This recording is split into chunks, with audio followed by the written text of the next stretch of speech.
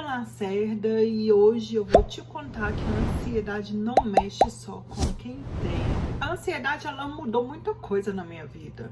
Ela mexeu com minha família, ela mexeu com minha empresa e mexeu muito comigo mesmo. Talvez você se identifique com alguma dessas situações que eu vou relatar aqui, porque nem todas as mudanças foram negativas. Dentro da minha casa, a ansiedade, ela não bateu na porta, ela não pediu licença, ela simplesmente entrou. E de repente eu estava muito impaciente com meus filhos, de repente eu estava distante de todos, de repente eu queria ficar só no meu mundinho, de repente até uma rotina simples, uma coisa simples que era fácil de fazer, ela começou a se tornar um peso para mim. O que deveria ser leve começou a se tornar cobrança e culpa. Com as amizades foi a mesma coisa. Eu comecei a me afastar e era mais fácil eu dizer que não podia ir do que explicar o que eu estava sentindo. Porém, essa fuga social, ela só me causava mais solidão. E comigo mesma. Nossa, essa foi a parte mais difícil. Porque a minha autoestima despencou. E eu me cobrava o tempo inteiro. Eu me sentia fracassada. Eu sentia que eu tinha falhado em todas as áreas da minha vida. Eu me olhava no espelho, eu me cobrava por não ser forte mais como antes.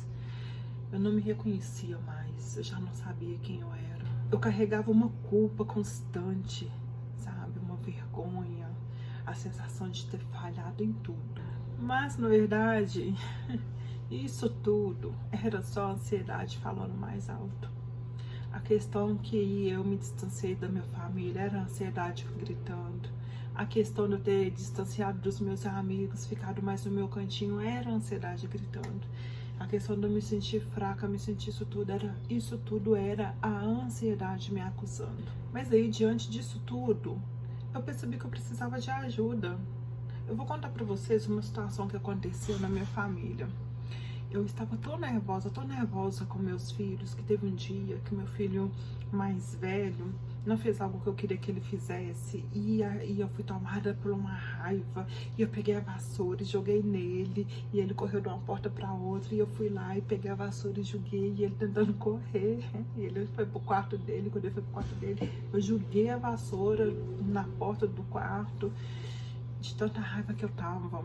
Teve uma outra situação que acredito que foi ele também, ou foi a minha filha do meio. Eu me senti tão nervosa na hora, que aí eu fui chamando a atenção, eu peguei o chinelo para dar uma chinelada, e na hora que eu corri para dar uma chinelada, ela entrou no banheiro. Na hora que ela entrou no banheiro, aliás, foi ele mesmo, na hora que ele entrou no banheiro, aí eu peguei um cabo de vassoura, eu fui batendo na porta do banheiro, e na hora que eu bati com mais força, eu fiz um buraco na porta do banheiro. Aí eu falei assim, meu Deus, que descontrole.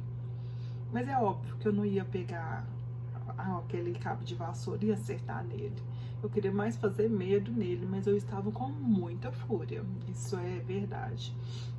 Teve uma outra situação que eu estava tão nervosa, que para eu poder não brigar, não xingar, não falar mais alto, que eu vi que eu já estava muito nervosa, eu peguei meu carro e saí, fui dirigindo, e aí eu parei uns 3, 4 bairros depois, e parei no lugar assim que não era deserto, tinha um supermercado perto, e eu chorei, e eu não entendia o que estava acontecendo.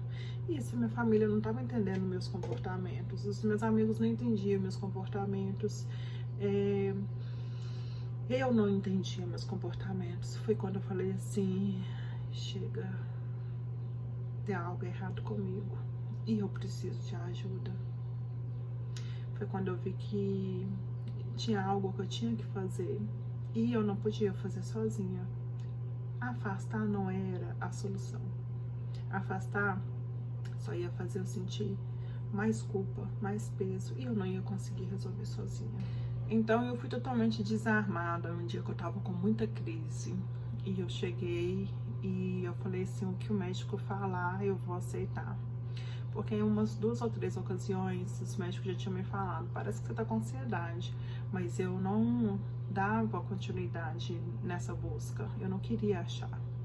E aí dessa vez eu fui decidida, falei assim, eu tava passando muito mal, eu falei que o que o médico falar comigo eu vou procurar entender. E nesse dia eu tava com uma crise de choro, E eu cheguei sentindo dor no peito e falta de ar. E eu chorava e não conseguia explicar. E a médica me perguntava se estava tudo bem com a família. Eu falava que sim. Ela perguntava qual era o problema. Eu falava que eu não sabia, que eu estava sentindo isso. E aí eu fui conversando com ela. E aí ela pegou todo o meu histórico e falou comigo assim: Lilian, você está com TAG. E aí, naquele momento, se fossem outros momentos, eu falava assim: ah, tá bom, não quero saber quem disse, não, me dá um remédio pra eu melhorar, deixa eu ir embora, que eu tenho que trabalhar, tenho que cuidar da minha família. Mas naquele momento, como eu tinha ido desarmada, sabendo que eu estava indo em busca de ajuda, eu olhei pra ela e falei com ela assim: o que que é isso? E ela me explicou, e aí eu fui fazendo perguntas: o que que eu tenho que fazer pra eu melhorar? O que que eu tenho que fazer pra eu poder não ficar do jeito que eu estou?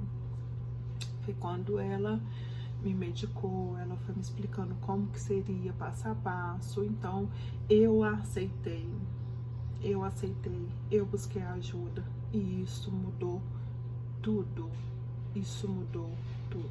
Reconhecer que tem um nome, aceitar ser tratado, isso não é desistir, isso não é o fim, pelo contrário, isso é o recomeço.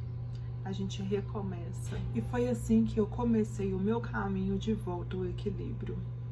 Logo na primeira semana, eu já senti o remédio fazendo efeito.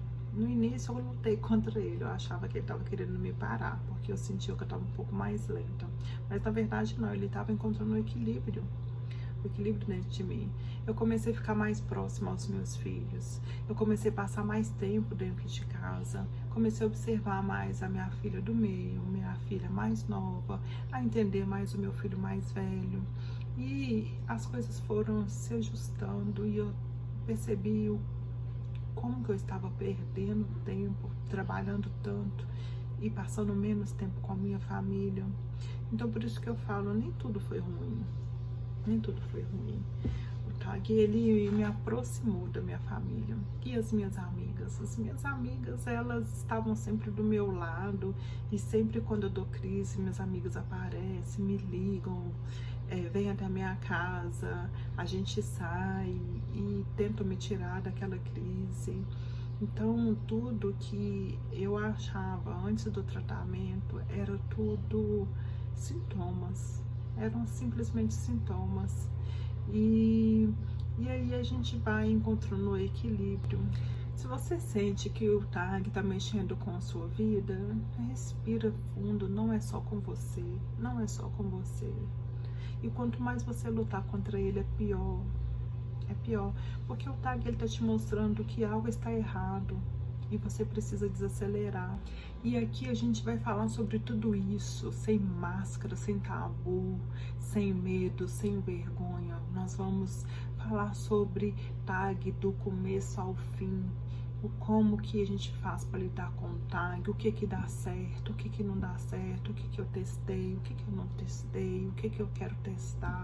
Ainda tem muita coisa pra gente falar, pra gente compartilhar, e eu vou te mostrar que você não está sozinha, porque no próximo vídeo nós vamos falar que eu achava que eu estava só, até descobrir que milhares de outras mulheres também têm TAG. Então me segue no canal e ative o sininho para mais notificações e vamos juntas nesse caminho de volta ao equilíbrio. Até o próximo vídeo. Tchau, tchau.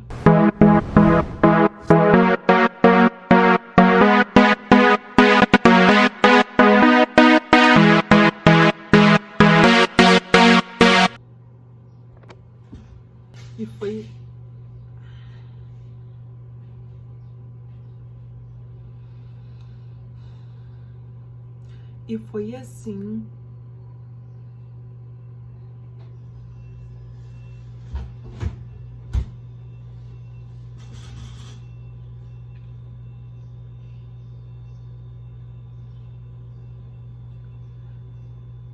E foi assim. Oh, meu Deus. Esse vídeo.